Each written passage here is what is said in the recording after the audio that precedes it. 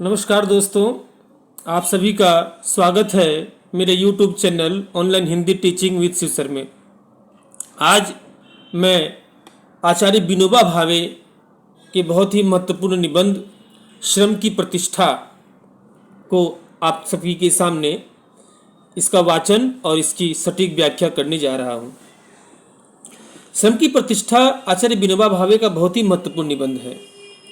ध्यान देंगे, जिसमें उन्होंने प्रत्येक व्यक्ति को कुछ न कुछ श्रम करते रहने की ओर प्रेरित करना चाहा है। यानी आचार्य विनोबा भावे जी मानते हैं कि हर इंसान को मेहनत अवश्य करना चाहिए। उनका विचार है कि हमारे देश में स्वयं को संपन्न व बौद्धिक समझने वाले नागरिक श्रम से बचते हैं।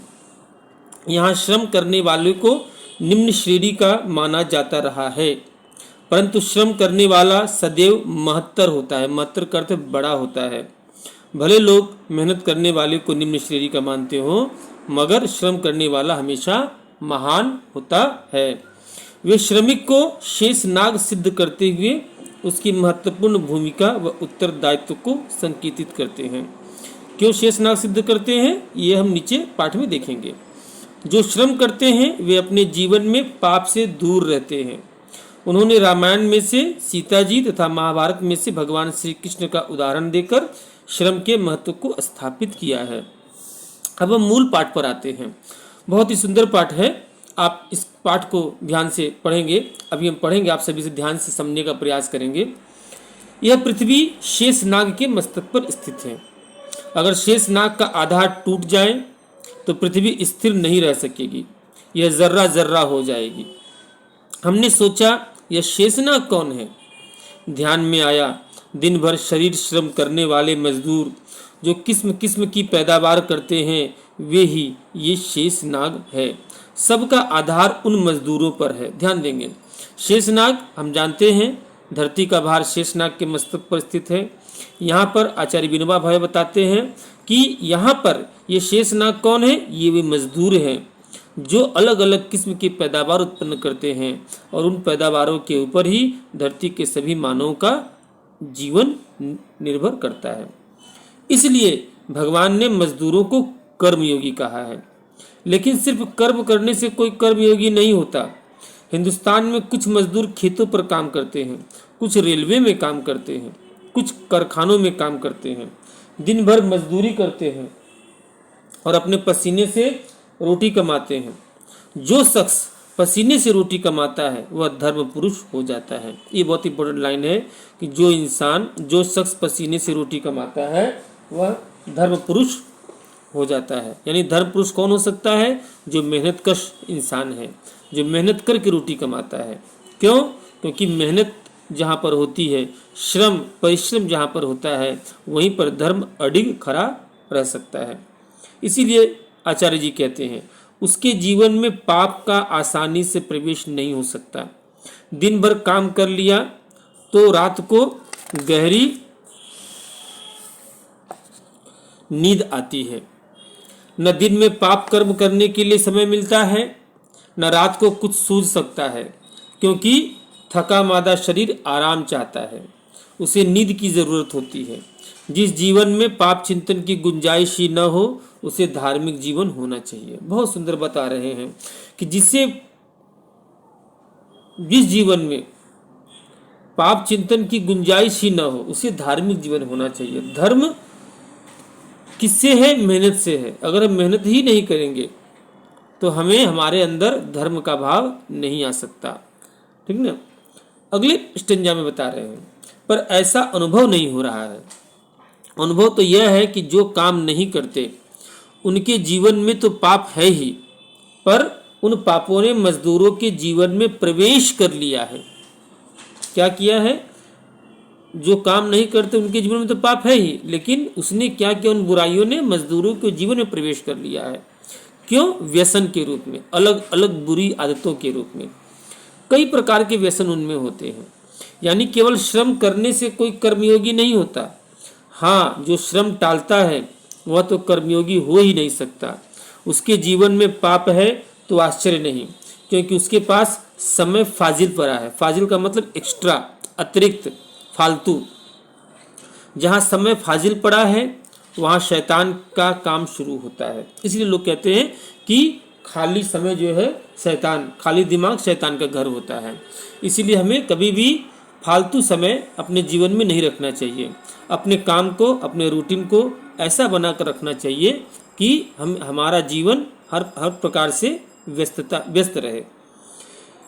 इसीलिए फुर्सती लोगों के जीवन में पाप दिखता है तो आश्चर्य नहीं। यानी जिन लोगों के पास बहुत खाली समय होता है उनके जीवन में पाप का प्रवेश होगा ही होगा। क्यों?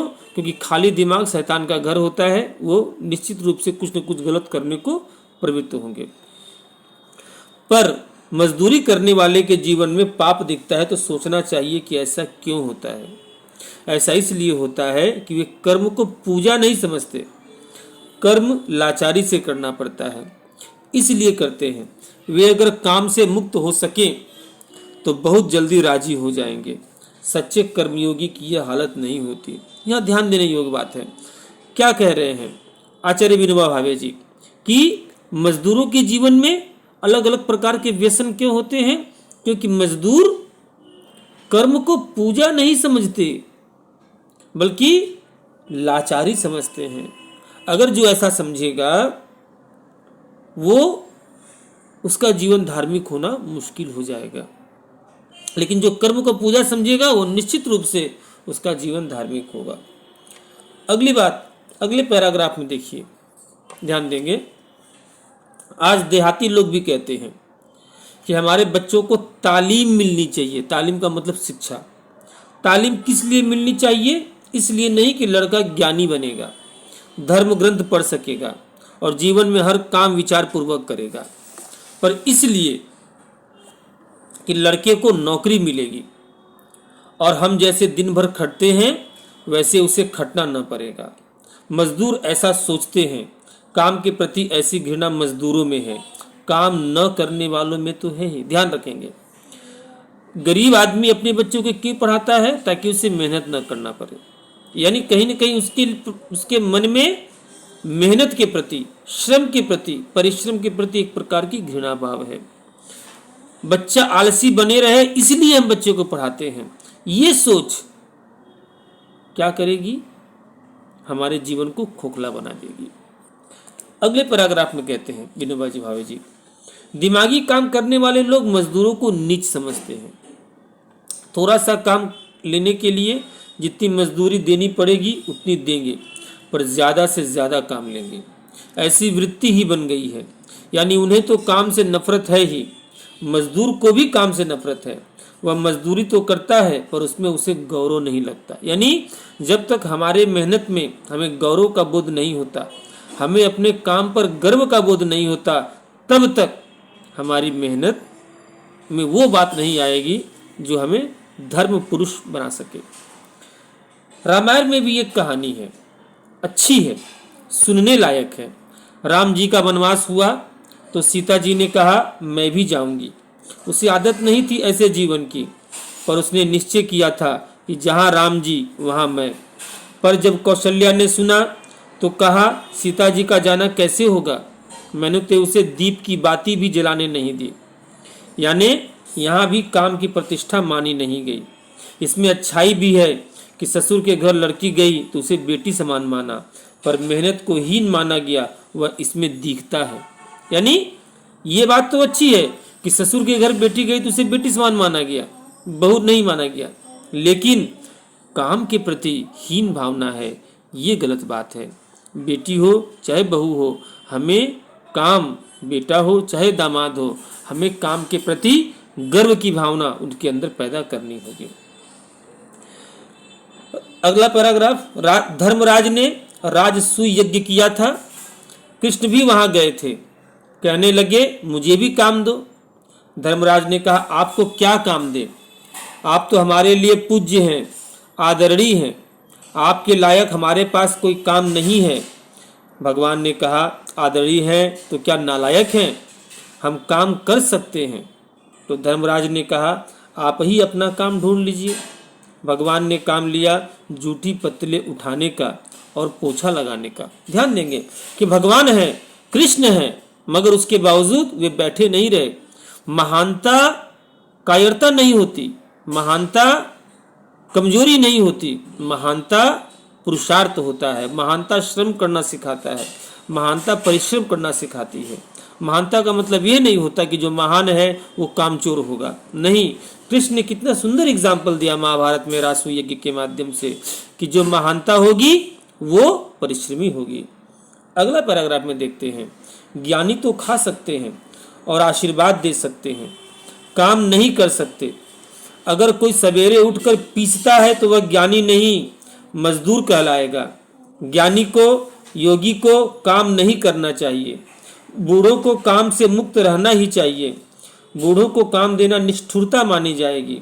यानी बूढ़ा, बच्चा, योगी, ज्ञानी, व्यापारी, वकील, अध्यापक, विद्यार्थी, किसी को काम नहीं करना चाहिए। ये हमने एक ऐसा मध्य वर्ग आधुनिक काल में खड़ा किया है कि हम उसे काम नहीं करने देना चाहते, बल्कि उसे मात्र ऑफिस का आदमी समझकर उसे कामचोर बनाकर रखना चाहते हैं। यह कितनी सुंदर बात बता रहे हैं आचार्य विनोबा भावे।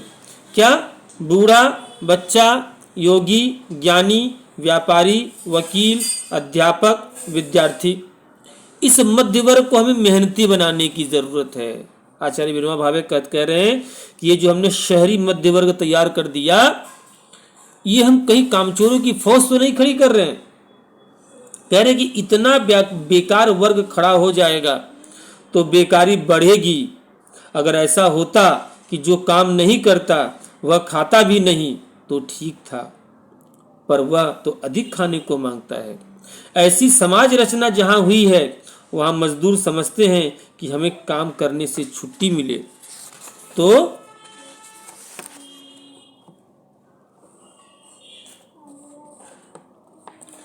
अच्छा होगा। ऐसा समाज जहां लाचारी से काम करता है तो उसमें कर्मयोगी हो ही नहीं सकते।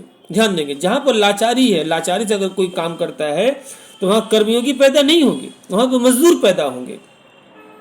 जो काम टालते हैं, जो काम नहीं करते, उनका जीवन धार्मिक होता ही नहीं। इस कारण अपने समाज में श्रम की प्रतिष्ठा नहीं है। अगर श्रम की प्रतिष्ठा करनी है तो काम को पूजा समझकर करना होगा। ये विनोबा भावे जी का कथन है। अगला पैराग्राफ कहते हैं, काम नहीं करते। इसका कारण यह है कि जो दिमागी काम करते हैं उन्होंने दिमागी काम की महत्ता इतनी बढ़ा दी है कि उसे 1000 रुपया देना ही उचित मानेंगे और श्रम करने वाले को कम से कम जितना दे सकेंगे उतना देने की कोशिश करेंगे। ये हमने एक अंतर कर दिया है। दिमागी काम वाले को अधिक पैसा देंगे, शारीरिक श्रम करने वाले को कम पैसा देंगे। यही कारण है कि शारीरिक श्रम की महत्ता दिन पर दिन समाज में हम उसे हीन समझते हैं। शरीर श्रम की प्रतिष्ठा न मानो, पर महात्मा गांधी दिमागी काम करते थे।